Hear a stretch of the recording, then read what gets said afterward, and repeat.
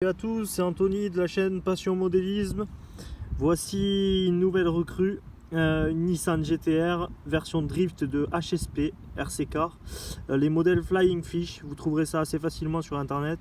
Il existe différentes coques que vous retrouverez aussi sur internet. Vous tapez part ou carrosserie HSP, vous retrouverez ça. Il y a sa petite télécommande qui est ici. Voilà, très pratique. Elle nécessite 4 piles AA. Simplement, vous avez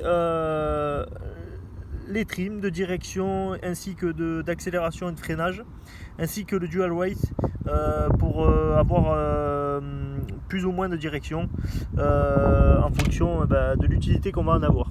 C'est-à-dire si on roule avec du pneu dur pour faire du drift et du pneu en mousse ou aggloméré ou en gomme, ça sera certainement pas le même réglage. Voilà. Alors je vais vous présenter la carrosserie, tout ça, avec les autocollants qui sont fournis dedans. Je vous ferai un petit unboxing de la voiture avec l'ensemble voilà, des accessoires et tout ce qui est fourni dedans.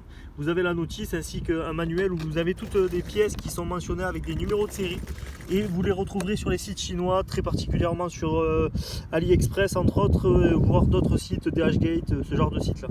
Voilà, vous avez fait, là je vous ai fait un petit tour complet de la voiture là de derrière avec le bel aileron. Voilà, comme vous pouvez le voir.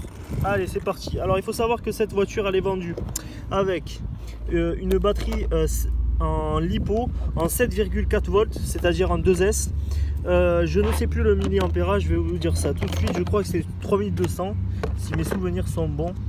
Voici le monstre. Alors attendez, je vais vérifier. Hop là, c'est du 3500, pardon, 3500 mAh en 30C de décharge, ce qui est plutôt pas mal. Voilà, vous avez un moteur de 3300 kV qui est waterproof. Alors bien sûr, qui dit waterproof dit que ça n'ira pas dans la piscine, mais ça résistera aux traces d'eau ou éjection d'eau lorsque vous roulerez. Voilà, mais n'allez pas prendre la voiture et la jeter dans la piscine parce que là, je pense pas qu'elle appréciera.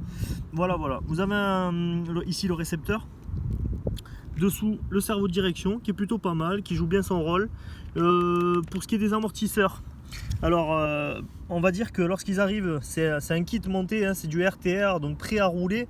Il faut savoir que il manque un peu d'huile, de viscosité, ils sont pas très étanches, mais bon, privilégiez une huile de viscosité à 500 à peu près, 500-800. Après pour ce qui est du reste, c'est du solide. Même la transmission est bien isolée pour éviter qu'il y ait des cailloux qui rentrent. Voilà, un cardan principal ici qui va animer le différentiel avant et le différentiel arrière. Voilà, des amortisseurs bien sûr, 4 roues motrices par cardan. Que dire de plus? Vous avez un chargeur qui vous est fourni. Je crois que la batterie est chargée à peu près en 1 heure, 1 heure et demie, si je dis pas de bêtises, ou 2 heures.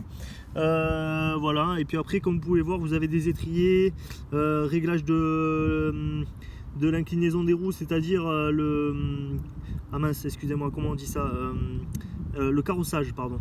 Voilà, le carrossage, vous pouvez plus ou moins incliner les roues, réglage de direction ici pour le parallélisme et le pincement. Que dire de plus, à part que on va rouler maintenant avec. C'est une super voiture pour faire du drift principalement. Après pour faire de la piste, privilégier autre chose comme du Sakura ou de la X-Ray. Voilà, j'ai essayé moi pour ne rien vous cacher, ça marche, mais ça tient pas du tout la route comme une Sakura ou une X-Ray, hein. Il faut être très clair sur ce point, quoi. Voilà. Alors ces roues qui sont en drift, hein, donc avec lesquelles je viens de rouler un peu, comme vous pouvez le voir, elles sont équipées de super belles jantes. HSP pour ça, il néglige pas le style, et ça fait grand plaisir à voir parce que c'est des voitures qui marchent bien, et en plus il y a l'esthétique. Voilà, il faut savoir que la carrosserie arrive telle qu'elle, hein, lorsqu'elle est fournie, elle arrive telle qu'elle sur la voiture. Vous n'avez rien à monter, vous avez simplement à mettre des stickers. Je crois qu'il y a une partie qui est déjà mise, si mes souvenirs sont bons. Et vous n'avez plus qu'à mettre certains stickers. Voilà. Alors on se retrouve un peu plus tard pour un test. Et je vous dis à très bientôt. Et sur ce, roulez bien. Allez, à plus.